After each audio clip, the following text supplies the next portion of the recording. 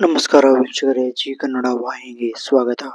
ಸರ್ಕಾರಿ ವೈದ್ಯರ ಮುಷ್ಕರ ಮಾರ್ಚ್ 11ರಂದು ವಿವಿಧ ಬೇಡಿಕೆಗಳ ಈಡೇರಿಕೆಗಾಗಿ ಆಗ್ರಹಿಸಿ ರಾಜ್ಯದ ಸರ್ಕಾರಿ ವೈದ್ಯರು ನಾಳೆಯಿಂದ ಅನಿರ್ದಿಷ್ಟಾವಧಿ ಮುಷ್ಕರಕ್ಕೆ ಕರೆ ನೀಡಿದ್ದಾರೆ.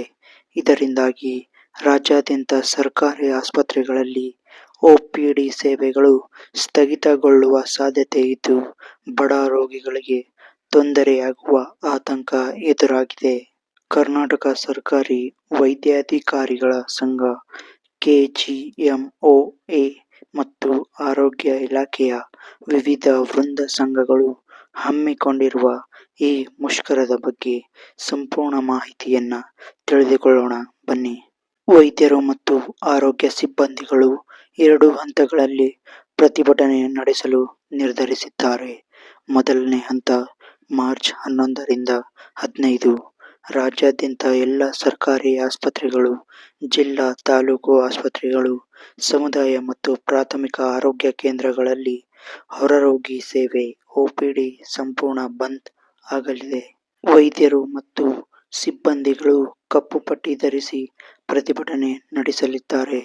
ಕೇವಲ ತುರ್ತು ಚಿಕಿತ್ಸೆಗಳು, ಹೆರಿಗೆ ಸೇವೆಗಳು ಮತ್ತು ಐಸಿಯು ಸೇವೆಗಳು ಮಾತ್ರ ಲಭ್ಯವಿರುತ್ತವೆ.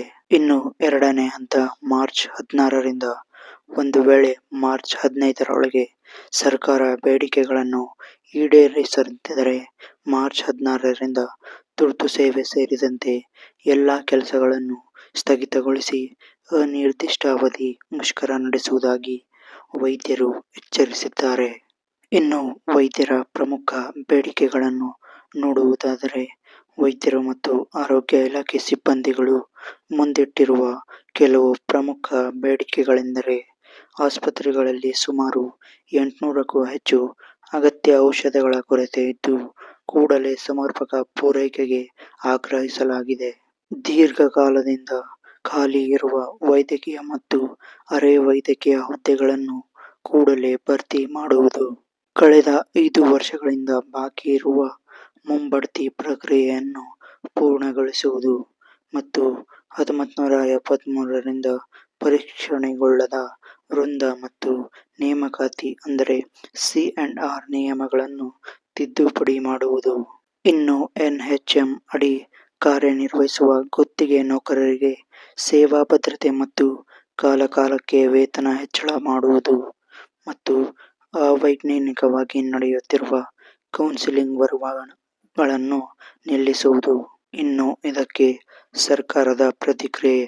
ಮುಖ್ಯಮಂತ್ರಿ ಸಿದ್ದರಾಮಯ್ಯ ಮತ್ತು ಆರೋಗ್ಯ ಸಚಿವ ದಿನೇಶ್ ಗುಂಡೂರಾವ್ ಅವರು ವೈದ್ಯಾಧಿಕಾರಿಗಳ ಸಂಘಗಳೊಂದಿಗೆ ಸೋಮವಾರ ಸಭೆ ನಡೆಸಿದರೂ ಮಾತುಕತೆ ವಿಫಲವಾಗಿದೆ.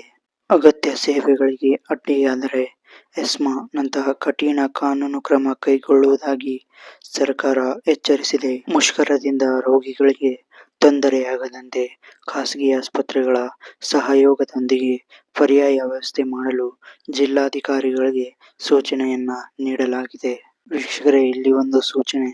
ನೀವು ಅಥವಾ ನಿಮ್ಮ ಕುಟುಂಬದವರು ನಾಳೆ ಸರ್ಕಾರಿ ಆಸ್ಪತ್ರೆಗೆ ಭೇಟಿ ನೀಡುವ ಯೋಜನೆ ಹೊಂದಿದ್ದರೆ ತುರ್ತು ಪರಿಸ್ಥಿತಿ ಹೊರತುಪಡಿಸಿ ಸಾಮಾನ್ಯ ತಪಾಸಣೆಗೆ ತೊಂದರೆಯಾಗಬಹುದು. ವೀಕ್ಷಕರೇ, ಇದಾಗಿತ್ತು ನಾಳೆಯಿಂದ ಸರ್ಕಾರಿ ವೈದ್ಯರ ಮುಷ್ಕರದ ಬಗ್ಗೆ ಸಂಪೂರ್ಣ ಸುದ್ದಿ ಮಾಹಿತಿ. ಮತ್ತೊಂದು ಸುದ್ದಿಯೊಂದಿಗೆ ಸಿಗೋಣ. ಅಲ್ಲಿವರೆಗೂ ಎಲ್ಲರಿಗೂ ನಮಸ್ಕಾರ.